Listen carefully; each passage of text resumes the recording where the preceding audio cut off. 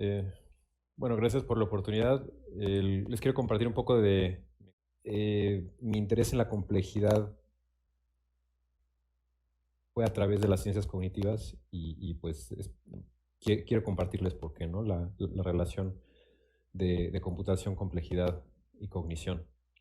Entonces, pues probablemente durante la semana ya hayan platicado distintas nociones de qué es la cognición.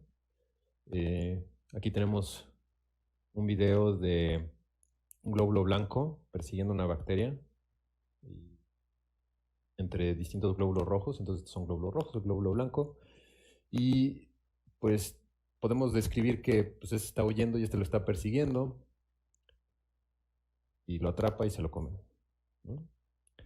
Entonces, eh, antes de que las ciencias cognitivas se llamasen ciencias cognitivas, digamos, la gente que estudiaba, pues digamos, la mente, eh, sin tratar de definir bien qué es la mente, eh, pues muchos de ellos atribuían estas cualidades a los humanos, ¿no? Entonces hasta luego uno se encuentra definiciones que casi es pues aquellas características que nos distinguen a los humanos de otros animales. Pero pues vemos que hay más que una distinción entre un sistema cognitivo y uno no cognitivo, lo cual pues, es muy difícil de hacer, especialmente con bacterias que pues, tienen comportamiento adaptativo y en algunos casos comunicación social y muchos comportamientos complejos. Eh, Uno puede identificarles metas, propósito y demás. Eh, pues es difícil encontrar una diferencia rígida entre, bueno, pues estos son sistemas cognitivos y estos no son sistemas cognitivos. Y también cuando nos fijamos en sistemas artificiales, ¿no? Si tenemos un robot que tiene un comportamiento que se parece al de un animal que podemos decir que es cognitivo o no, o de una planta que también podemos decir que es cognitivo o no, eh, pues podemos decir, bueno, pues es que el robot tú lo programaste y pues nada más está siguiendo reglas, entonces eso realmente no es cognición. Pero luego podemos usar el mismo argumento a nosotros, ¿no? Pues a final de cuentas nosotros también solo estamos siguiendo reglas. Y eso, pues, ¿qué quiere decir? ¿Que somos cognitivos o no somos cognitivos? ¿No? A final de cuentas, la cognición es parcialmente subjetiva, en el sentido de que pues, se necesita de alguien que define y que un criterio de que va a entender por cognición y de acuerdo con esa definición de cognición, pues entonces vamos a poder juzgar si un sistema es cognitivo o no. Entonces, podemos irnos a muchos extremos, ¿no? Porque etimológicamente viene del latín cognoscere, que pues es, podemos decir, saber hacer. Entonces, pues un termostato es cognitivo porque sabe regular la temperatura, una roca es cognitiva porque sabe cómo caer. Y entonces pues muchos dicen, no, a ver, una roca ya no es cognitiva, como si no tiene voluntad, no tiene decisión. Bueno, según Schopenhauer sí tiene voluntad, ¿no? Es la voluntad de la roca caer hacia abajo. Pero más que rasgarnos las vestiduras por tratar de ponernos de acuerdo en qué es la cognición y qué no es la cognición, pues simplemente podemos definir distintos tipos de cognición. Es decir, bueno, hay cognición humana, hay cognición de máquinas, hay cognición de bacterias, hay cognición de sistemas. Y entonces poder entender de una manera más completa qué es la cognición, ¿no? Cómo evolucionó, cómo es que la cognición se ha vuelto más compleja. Que, digamos, nadie dice que la cognición que exhiben unas células es menos compleja que la que exhibimos nosotros en algunas circunstancias, pero no quiere decir que no sea cognición. Y también si queremos entender cómo es que nuestra cognición llegó a ser tan sofisticada, en algunos casos, eh, pues necesitamos poder explicar cómo pasamos de algo que consideraríamos como no cognitivo a algo que sí consideramos que es cognitivo. Y esto pues tiene que ver mucho con información. ¿Por qué con información? Porque a final de cuentas, cuando hablamos de un sistema cognitivo, pues tiene que ver con procesamiento de información. Em, digamos, Shannon, en 1950, publicó una teoría matemática de la comunicación donde usa la misma ecuación de la entropía de Boltzmann-Gibbs para definir qué tanta información puede transmitir un mensaje en un canal no confiable. Pero se puede aplicar, o sea, aunque se propuso en el contexto de telecomunicaciones, se puede aplicar a todas las áreas. Y lo que nos dice es que pues, la organización de un sistema importa, eh, que tiene que ver con entropía en termodinámica. Pero, digamos, al ponerlo en términos de información, pues ya no solo es en termodinámica, aplica a cualquier sistema. Entonces, pues, no sé, imaginemos un gatito bebé y lo metemos a la licuadora. Le apretamos máxima y pues físicamente sus componentes no cambian, ¿no? Sigue teniendo las mismas moléculas durante cierto tiempo. Sin embargo, su organización cambió y ese cambio de organización produjo una reducción sustancial en su grado de ternura. Entonces, ¿cuál es la diferencia? Bueno, para empezar, ya no diríamos que está vivo, ya no diríamos que es un sistema cognitivo, pero pues sus componentes son los mismos, ¿no? La diferencia es cómo están organizados. Y eso es precisamente lo que mide la información.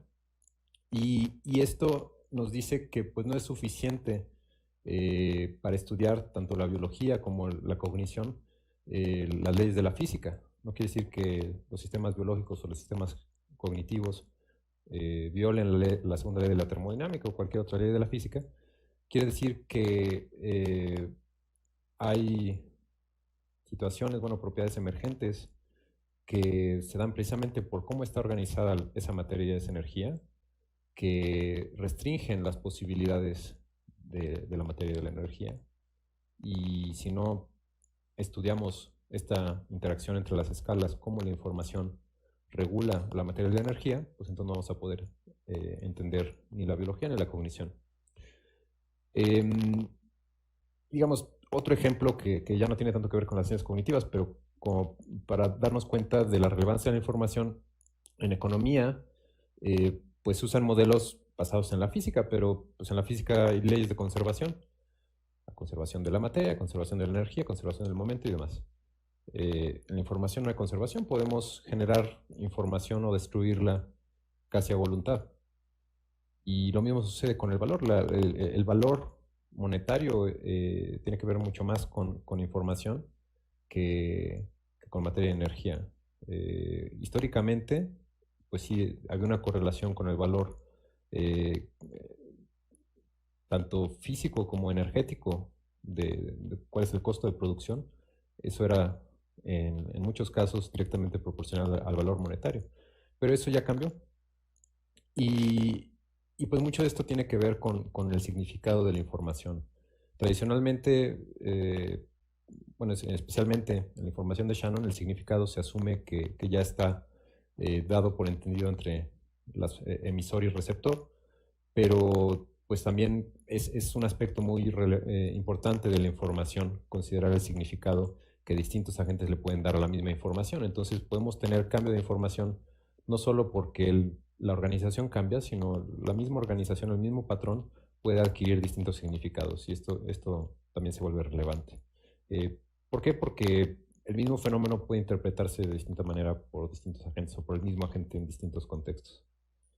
Entonces, digamos, no tenemos un objetivismo como nos gustaría tener en la ciencia tradicional.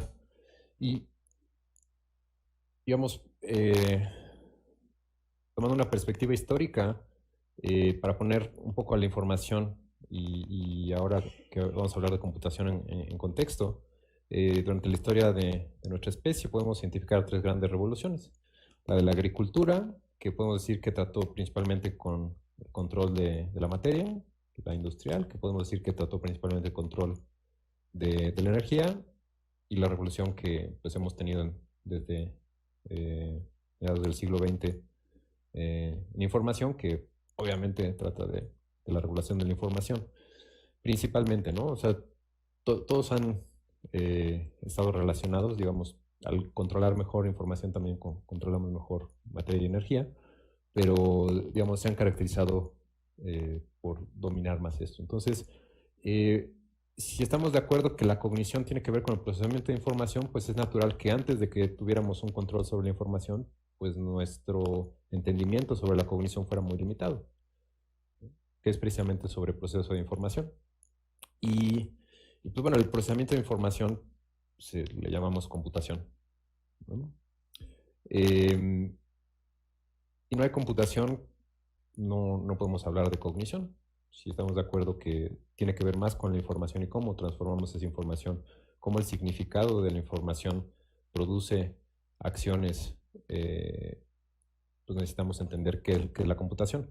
Y esto pues no es necesariamente el modelo de computación de von Neumann, que es el que usan estos aparatos, sino una computación mucho más general, donde pues simplemente hablamos de transformación de información. En general podemos hacer abstracciones y describir cognición sin fijarnos tanto en su sustrato, sin fijarnos en la materia, en la energía, en los componentes de un sistema cognitivo. Pero no podemos dejar de hablar de computación. Si no hablamos de computación, no podemos hablar de cognición. Y bueno, también de información. Entonces, para dar un ejemplo sobre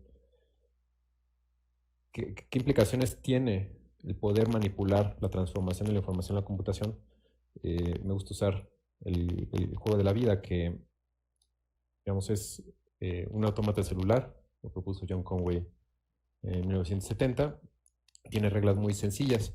Tenemos una matriz donde cada celda puede tomar valor entre 0 y 1.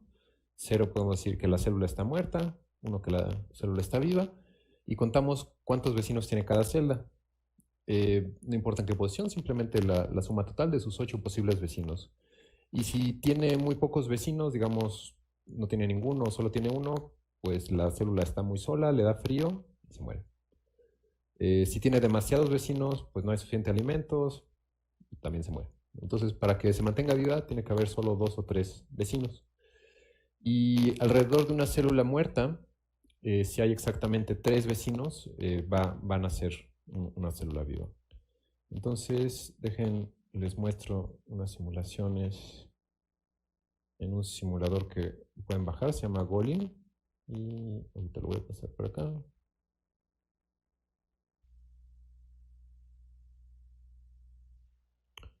Entonces,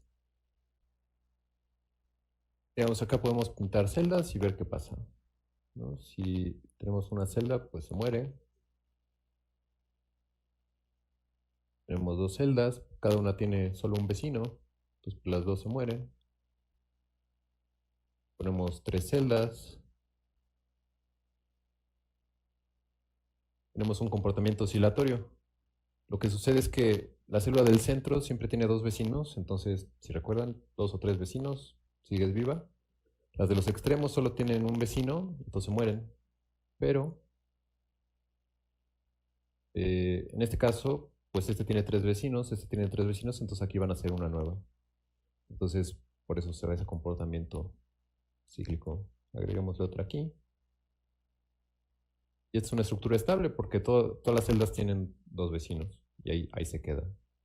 Agregamos otra celda. Vamos a decir, hoy se reprodujo. Ponemos otra celda.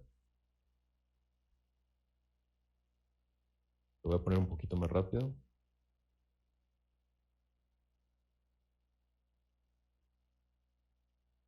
Y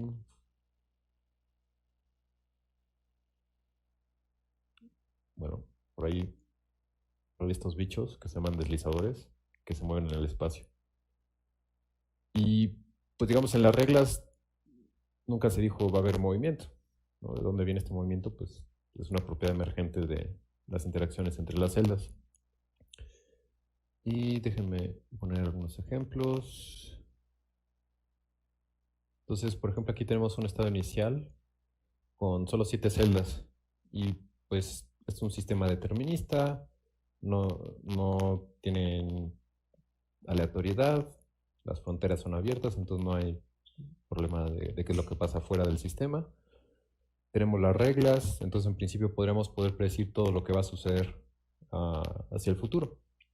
En la práctica, pues no podemos, y ahorita vamos a ver. Entonces, pues lo dejamos correr.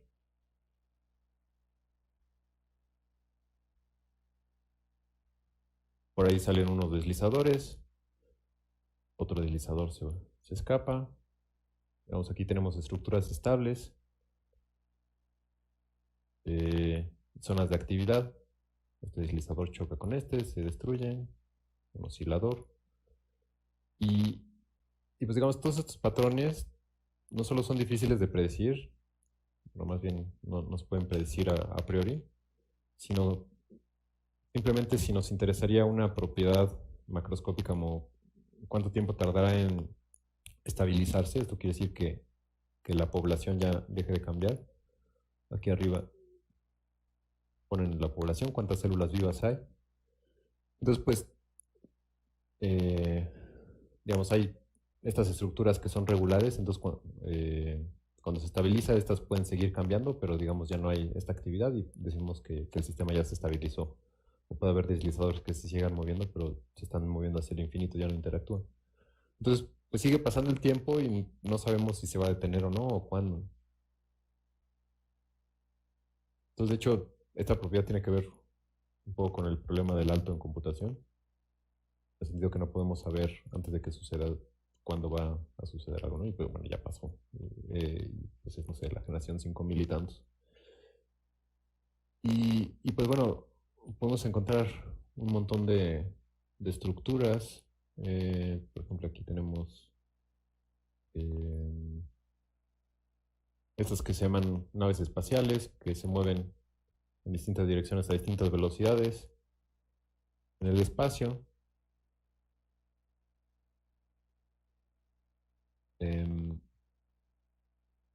Aquí tenemos unas naves espaciales que disparan deslizadores que al chocar generan unas pistolas de deslizadores que generan deslizadores. Entonces tenemos estructuras que generan estructuras que generan estructuras que generan estructuras. Y pues todo con las mismas reglas, ¿no? No estamos agregando reglas extra. Y último de por aquí.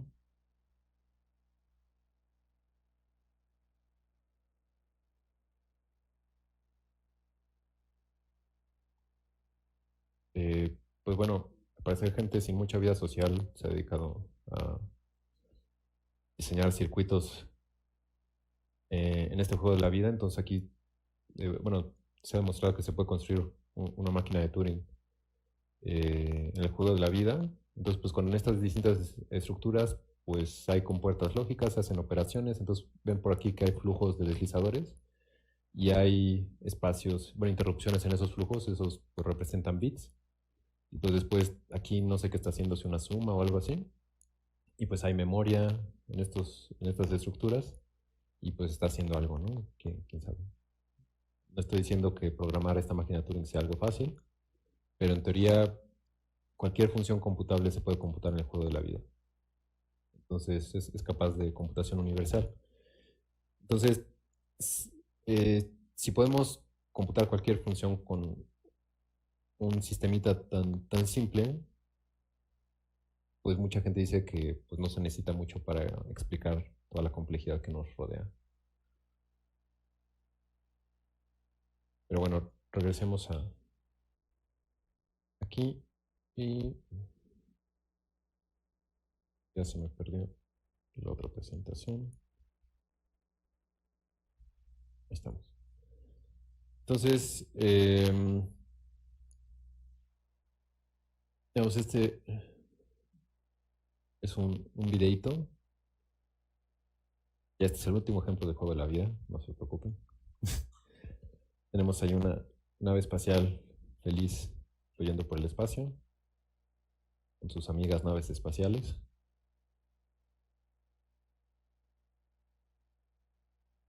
Pues chocan con otras naves espaciales y se aniquilan. Y pues estas naves espaciales vienen de algún lado, ahorita vamos a ver quién las produce. Entonces, pues hay unas pistolas de naves espaciales alrededor y pues luego hay alrededor unos circuitos que están computando algo, ¿no? ¿Qué es lo que están computando?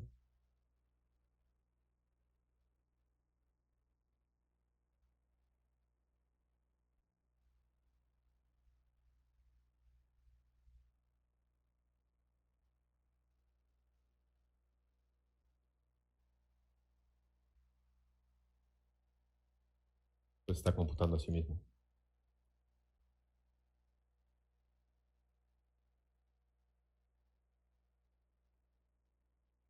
Pues sí, ¿no? Si puede computar cualquier función computable, pues se debe poder computar a sí mismo. Y bueno, el principal ejemplo que quiero resaltar con el juego de la vida es lo que se conoce como irreducibilidad computacional. Esto quiere decir que cuando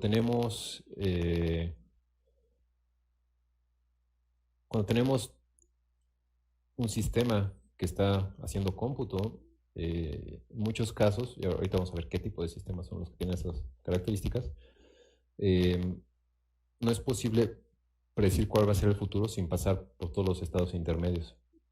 Entonces, en el juego de la vida, para llegar al futuro necesitamos pasar por todos los estados intermedios. No hay atajo. Bueno, como es un sistema determinista, si una vez ya recorrimos todos esos pasos, pues entonces sabemos, ok, para esta condición inicial, eventualmente vamos a llegar a esa condición final.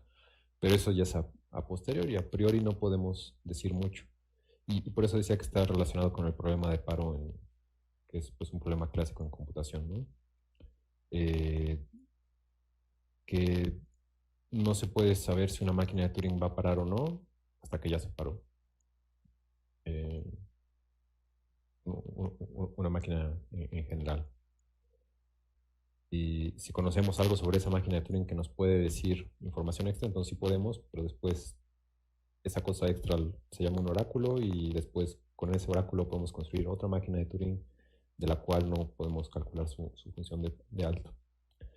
Pero, digamos, todo esto, pues quiero relacionarlo con ciencias cognitivas, ¿no? No solo platicarles de los problemas en computación. Por ejemplo, el trabajo de Randall Beer eh, sobre el dominio cognitivo de los deslizadores en el juego de la vida, pues creo que me ayuda a explicar esto. Entonces, pues esos deslizadores, pues se puede caracterizar de una manera exhaustiva cuál es su entorno y qué posibles combinaciones. Entonces, pues son sus pasados posibles y sus futuros posibles, digamos, para ese estado en particular. Entonces, pues se pueden caracterizar eh, qué tipo de interacciones puede tener, qué tipo de patrones puede clasificar, qué tipo de interacciones sociales pueden tener dos deslizadores y demás, ¿no?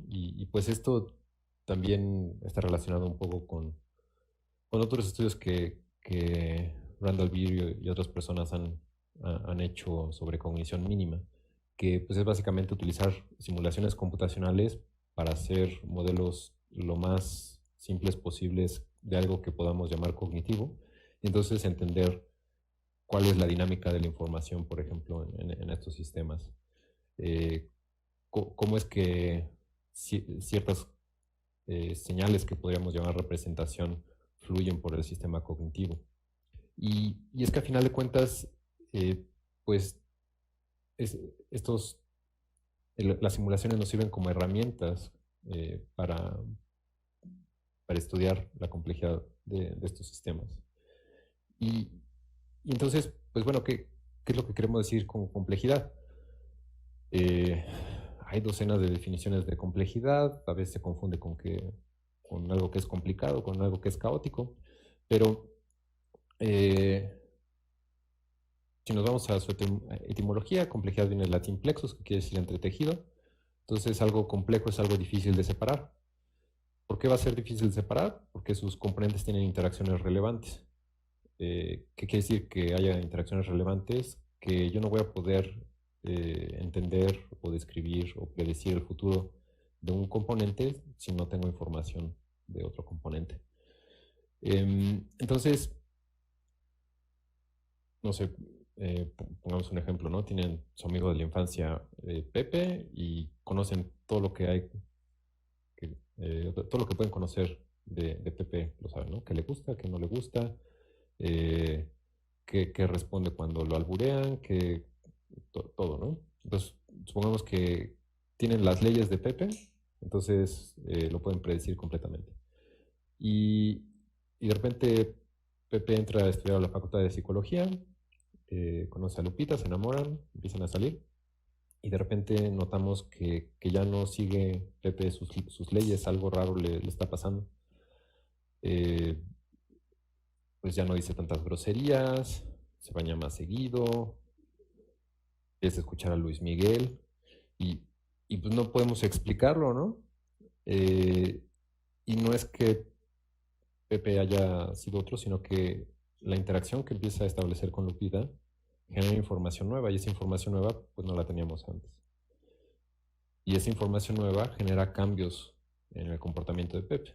Entonces, algo similar sucede en los sistemas complejos. Los componentes de un sistema complejo son difíciles de separar porque las interacciones generan información nueva y esa información nueva no la tenemos en las condiciones iniciales o de frontera de un sistema. En la prepa en física nos enseñan que si tenemos las leyes de un sistema, sus condiciones iniciales, condiciones de frontera, entonces vamos a poder predecir su futuro. Con sistemas complejos eso no aplica porque la información que generan las interacciones todavía no se genera. Entonces tenemos precisamente esta irreducibilidad computacional que limita qué tanto podemos predecir. Y pues lo mismo sucede con los sistemas cognitivos.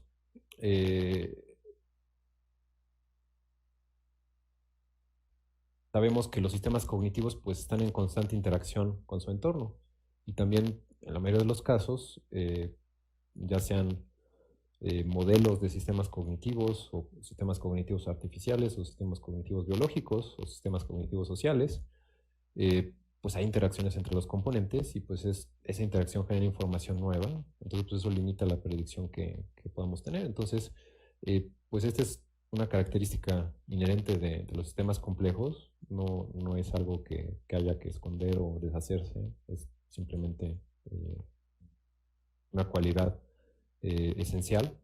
Entonces, también necesitamos entender la complejidad para entender la cognición a distintos niveles, ¿no? Em, y, y, pues bueno, una herramienta para hacer esto pues son las redes. La ciencia de redes tiene, bueno, con ese nombre tiene apenas unos 20 años, aunque se basa en teoría de grafos que pues, la propuso Euler en el siglo XVIII.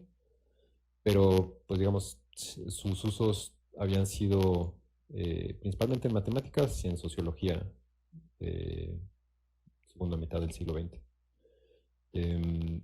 Pero digamos, redescubrieron los físicos las redes y pues empezaron a aplicarlas a una infinidad de sistemas complejos. ¿Por qué? Porque una red pues tiene nodos, tiene aristas, entonces es un formalismo muy natural para representar sistemas complejos. Los nodos representan componentes, las aristas representan interacciones entre ellos. Y otra herramienta que pues se ha usado ya por algunas décadas para estudiar los sistemas cognitivos es el llamado método sintético. Entonces, aquí disculpen que no se entiende, pero digamos en el llamado método inductivo, que pues es el que normalmente se usa en ciencia, pues hacemos una observación, de ahí hacemos una generalización, eso nos ayuda a hacer una teoría, la teoría nos ayuda a hacer una predicción, después hay ciertos hechos que predecimos, los verificamos, volvemos a observar y eso falsifica o justifica nuestra teoría. Este método pues generó la división entre ciencias duras y ciencias suaves. ¿Por qué? Porque hay muchas ciencias donde no puedes cerrar esto. En el sentido de que pues tú observas hechos, haces tu teoría, pero pues después ya no puedes observar nada más porque pues, en un sistema social es muy difícil hacer experimentos controlados, ya no digamos en historia. Entonces digo, ¿qué hubiera pasado si en la batalla de Waterloo hubieran agregado, no sé, un batallón de no sé qué, ¿no? Digamos, no se puede hacer eso, ¿no? Entonces, pues muchas teorías en las ciencias suaves, pues se quedaban sin falsificar o justificar. Entonces, pues decían los físicos, como si en física no hubiera muchas teorías que no se pueden falsificar en cosmología y demás. Dicen, no, pues ustedes no son científicos de veras, ¿no? Porque no pueden falsificar. Y, y bueno, eso ya está cambiando precisamente por el método sintético. Entonces, eh, observamos fenómenos de manera similar, hacemos generalización, abstracción, una teoría, pero después esa teoría nos ayuda a construir un sistema artificial o una simulación. Entonces, es lo que se usa, por ejemplo, en ciencias sociales computacionales o en la biología computacional. Después operamos ese sistema artificial, digamos, aquí podemos, en el contexto de ciencias cognitivas, este puede ser un robot. Operamos ese sistema artificial, observamos cuál es su desempeño y eso nos ayuda a falsificar o justificar teorías, ¿no? Entonces, una frase que recuerdo del doctor Negrete es que la mejor manera de entender al hombre es construyéndolo. En el sentido de que pues podemos tener muchas teorías, pero si tú estás tratando de construir físicamente un sistema que replique el comportamiento observado, pues necesitas entender algo de ese comportamiento para poder reproducirlo. No quiere decir que los mecanismos van a ser los mismos, porque, pues, digamos, si tú tienes una cajita negra y tienes entradas y tienes salidas, pues tú puedes construir una cajita negra que para las mismas entradas te produzca las mismas salidas, pero no necesariamente adentro tienen el mismo mecanismo. Sin embargo, sí, sí te puede ayudar bastante a entender qué requerimientos son necesarios para la operación de ese fenómeno. Entonces, pues este método es el que se ha usado ya por más de 60 años en inteligencia artificial. Y le agrego la musiquita porque ahorita está de moda otra vez, ¿no? Digo otra vez porque históricamente tiene sus ciclos de entusiasmo y decepción. Ahorita estamos en la parte de entusiasmo, pero ya se está frenando un poco.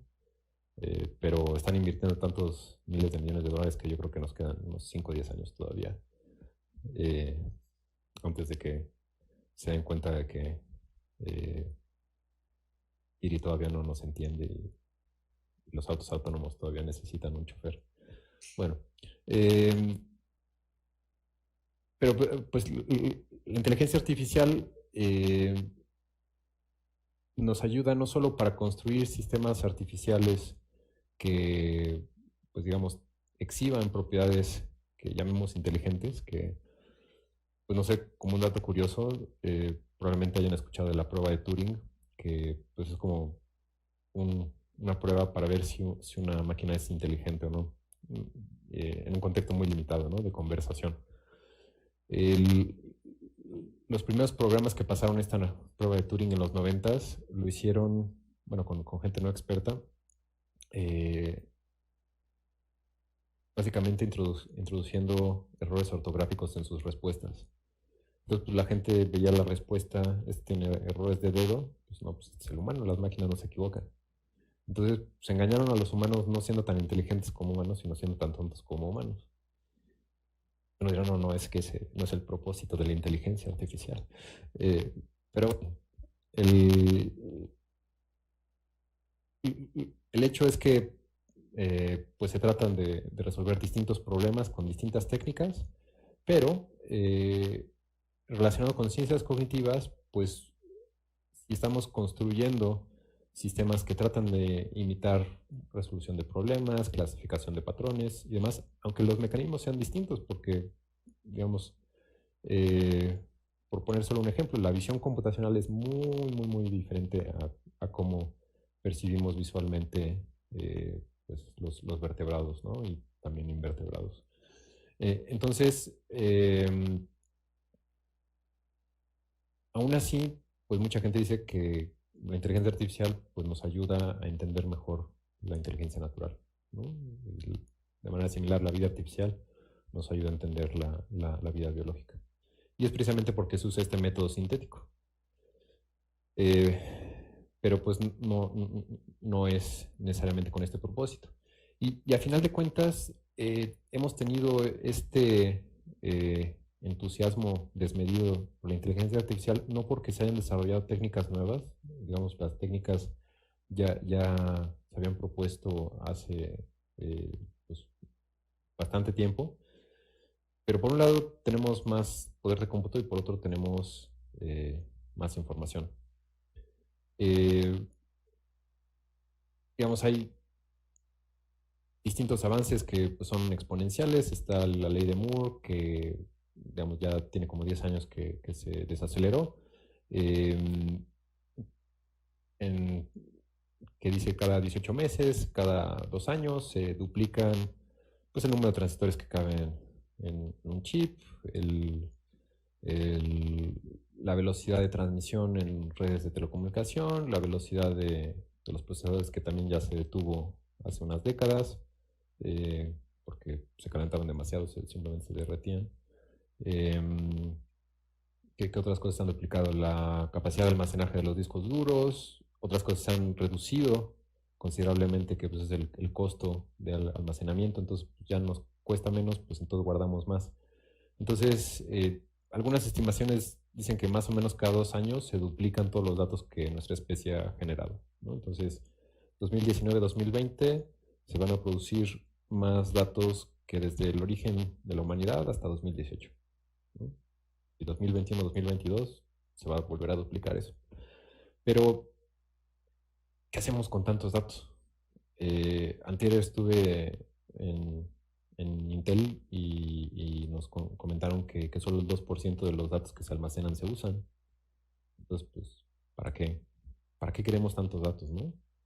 Y pues bueno, la idea es que eh, nos, nos deberían de ayudar a tomar mejores decisiones, ¿no? Eh, como que es muy lógico pensar que si tenemos mejor información, pues vamos a poder tomar mejores decisiones. Mientras más sepamos, pues vamos a poder eh, tener un mejor comportamiento eh, nosotros y los sistemas que construyamos también. Entonces, en teoría, la inteligencia artificial nos permite tomar mejores decisiones a distintas escalas, también hacer más eficientes nuestros sistemas. Pues ejemplos clásicos es, por ejemplo, Netflix o Amazon, que pues tienen una base de datos tan grande de qué es lo que le gusta a la gente, o Spotify, que nos sugieren qué es lo que nos puede gustar en base a nuestra historia. Y entonces pues podemos decir que pues muchos de estos algoritmos que se están desarrollando en inteligencia artificial pues empiezan a tomar mejores decisiones que las que nosotros tenemos, ¿no? Se están volviendo más inteligentes que nosotros. Pues esto tiene por un lado riesgos, por otro lado beneficios. Em, por un lado nos permiten desarrollar más habilidades cognitivas. Y si nos fijamos en nuestro DNA, pues no ha cambiado mucho en los últimos 10.000 años. Entonces, y esto pues se ve con los humanos que pues nacen en contextos similares a los del Paleolítico o con niños ferales que son criados por perros o lobos o changos o lo que sea, pues no aprenden muchas cosas que nuestro sistema educativo eh, nos enseña, ¿no? Como, bueno, no voy a poner ejemplos, pero eh, entonces, por un lado, podemos decir que la tecnología, pues desde la escritura, aumenta nuestras capacidades cognitivas. Esta es la idea de la mente extendida de Andy Clark y David Chalmers. Entonces, las computadoras también extienden nuestras capacidades cognitivas. En muchos casos, pues simplemente una calculadora pues, nos permite hacer operaciones aritméticas más rápido y más confiable de lo que la mayoría de nosotros podría hacer. Y pues las computadoras y nuestros teléfonos nos permiten, en este caso, nos permiten navegar de manera confiable por lugares en los que nunca hemos estado, pero el problema es que también se equivocan. ¿no? Entonces, ¿a quién no le ha pasado que confía demasiado en Google Maps o en Waze y los lleva por un barrio bravo o por terracería? Y lo peor es que co- co- como si fuera una pareja que nos engaña y volvemos a confiar en ella, después que nos dije, ya nunca más lo voy a volver a hacer, ¿no? Y seguimos confiando. ¿Por qué? Porque aunque lo vuelva a hacer, estamos mejor con esta tecnología que sin ella, ¿no? Entonces, eh, es un problema porque incrementan nuestra dependencia en la tecnología. Eh, y pues tiene muchas implicaciones, ¿no? Cada vez confiamos más en las máquinas, entonces, eh, pues, ¿dónde queda el libre albedrío? ¿No? El libre albedrío es importante no solo desde el punto de vista filosófico, sino pues hasta legal. Derecho asume que tenemos libre albedrío, por lo tanto tenemos la opción de decidir sobre nuestras acciones y por lo tanto eh, pues se juzga si alguien es culpable si rompe la ley, ¿no? Y precisamente la gente que médicamente se le diagnostica que no tiene libre albedrío por algún problema, se le da cierto tratamiento especial. Entonces, si empezamos a confiar tanto en los algoritmos que usamos y si es gracias a esos algoritmos que cometemos un error, pues ¿de quién va a ser la responsabilidad? ¿No? Ahorita, por ejemplo, Tesla, como se lava las manos, es que cuando tiene ahí una duda en su navegación autónoma, le dice al chofer, agarra el volante. Y, pues si chocan, pues yo le dije que agarra el volante, ¿no? Entonces, pues ahí ya la responsabilidad queda del lado del conductor. Pero pues hay muchos sistemas que se están usando en la toma de decisiones, en el combate autónomo, eh, que pues de quién es la responsabilidad. Se está diluyendo, porque no va a ser del robot, ¿no? Pero va a ser de la compañía que lo construyó, de la que lo compró, de la que lo operó, no sabemos. Y pues digo, ya mencioné esto que en principio nos está llevando a tomar mejores decisiones, pero al mismo tiempo nos hace más dependientes en nuestra, en nuestra tecnología. Y también cuando se habla de ética, pues se habla poco sobre la ética hacia las máquinas, ¿no? Porque mientras las máquinas exhiban una cognición más sofisticada, eh, pues no dudo que por ahí surja un movimiento en defensa de sus derechos, ¿no? Entonces, pues si nosotros vamos a estar haciendo experimentos de vida artificial y vamos a estar borrando ahí los programas, pues capaz que vamos a necesitar pasar un panel de ética, ¿no? Eh, pues ahorita suena chistoso, pero digamos, no sé, tal vez hace 100 años sonaba chistoso que trabajar con ratas tuviera que pasar un panel de ética, ¿no? Em, pero digo, se ha discutido mucho más sobre la ética de cómo las máquinas nos tratan a nosotros. Y pues bueno, un ejemplo clásico son las leyes de la robótica de Asimov, que pues en todas sus historias hay por ahí un hueco y ese es el tema de la historia, ¿no? De que no contemplan todas las posibles opciones y algo sale mal, ¿no? Em, y también recientemente, por ejemplo, con la moda, bueno, no la moda, digamos, la popularidad en medios de los autos autónomos, pues el problema del tranvía como que se ha retomado, eh, supercargado, ¿no? Entonces, bueno, el problema del tranvía se propuso hace ya mucho tiempo, y pues básicamente imagínense que ustedes están en un tranvía que va fuera de control y si no hace nada va a matar a 5 personas. Y si mueven una palanca va a matar solo a una persona. Entonces, pues desde un punto de vista utilitario, pues 5 vidas valen más que una, jalaríamos la palanca. El problema es que nosotros jalamos la palanca, nosotros somos responsables de la muerte de una persona. Y si no hacemos nada, en algunos países, pues no somos responsables de la muerte de 5 personas, ¿no? Entonces, ¿cuál es la decisión correcta, ¿no? Y luego hay variaciones que complican este dilema utilitario, ¿no? Entonces, por ejemplo, si ustedes son médicos en un servicio de emergencia y les llegan 6 pacientes, 5 necesitan, bueno, básicamente pueden salvar 5 que los atienden rápido o uno que viene muy mal, ¿no? Entonces, si atienden a ese que viene muy mal, lo salvan, pero 5 se mueren. Pues ahí la lógica es, no, pues atendemos a los 5, salvamos 5, el que venía muy mal, pues probablemente iba a quedar mal de cualquier manera, no se muere. Pero después cambia la situación ligeramente, te llegan 5 pacientes que no tienen nada grave, eh, pero, no, perdón, eh, llegan 5 pacientes que se van a morir, necesitan un trasplante de distintos órganos, y llega un paciente con la pierna rota que tiene órganos disponibles para los 5. Entonces, ¿le tomaría los órganos para dárselos a estos? Pues es 5 vidas contra una, ¿no? No, porque él no estaba destinado a morir, ¿no? Y no era su culpa. Como si, bueno, digamos, este tipo de dilemas, pues se están discutiendo en estos momentos, porque este tipo de decisiones, a final de cuentas, las máquinas las tienen que tomar.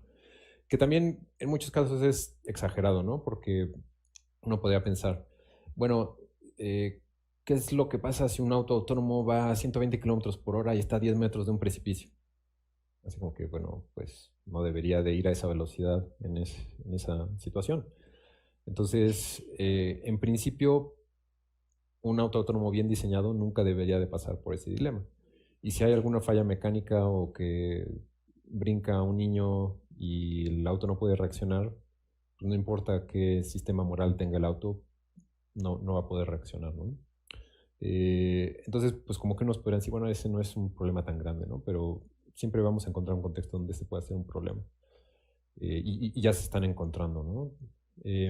Pero bueno, creo que como tenemos esta relación de odio-amor con nuestra tecnología, donde nos volvemos más dependientes, pero eh, eh, nos dan más capacidades, creo que eso tiende más bien hacia una convergencia en la que nuestra inteligencia, nuestra cognición depende y al mismo tiempo que se amplifica con la tecnología, lo cual pues nos lleva a preguntarnos si la tecnología pues, nos emancipa o nos esclaviza. Y pues es un poco de los dos, ¿no? Porque es cierto que cada vez confiamos más en la cognición artificial que en nuestra propia cognición, pero a final de cuentas, ¿qué tanto las podemos separar? Si no tuviéramos toda nuestra tecnología, pues no, no podríamos estar aquí, ¿no? Eh, estaríamos cazando mamuts. Bueno, no, yo creo que ya no los hubiéramos acabado de cualquier manera, pero nos estaríamos recolectando moras o algo así. Eh, y, y entonces, el- creo que esta idea de la tecnología como un andamiaje cognitivo, bueno, en inglés cognitive scaffolding, eh, pues tiene sentido porque, pues, pues sí, estamos nosotros con nuestro cuerpo, pero a final de cuentas nuestra mente extiende gracias a nuestra tecnología. Entonces, bueno, ya además para concluir, como que el mensaje principal que les quiero dejar es que la cognición es computación compleja, entonces necesitamos entender tanto computación como complejidad para entender la cognición. Puede haber muchas nociones de complejidad, muchas nociones de cognición, muchas nociones de computación, pero de cualquier manera creo que esto se aplica. Entonces, también los invito a que se suscriban al Complexity Digest. Es un boletín que editamos aquí en la UNAM desde 2007. Bueno, el boletín existe desde el 99, pero lo heredamos y compartimos las noticias más recientes y artículos relacionados con complejidad. También si les interesa, con varios colegas de Limas. Tenemos un programa especializado en inteligencia artificial. Son 8 cursos en la plataforma Coursera y pues pueden tomar los cursos de manera individual, de manera gratuita. Si quieren la especialidad completa y el diploma, ahí ya les cuesta, pero creo que como estudiantes del UNAM tienen acceso a esto gratuito. Bueno, gracias.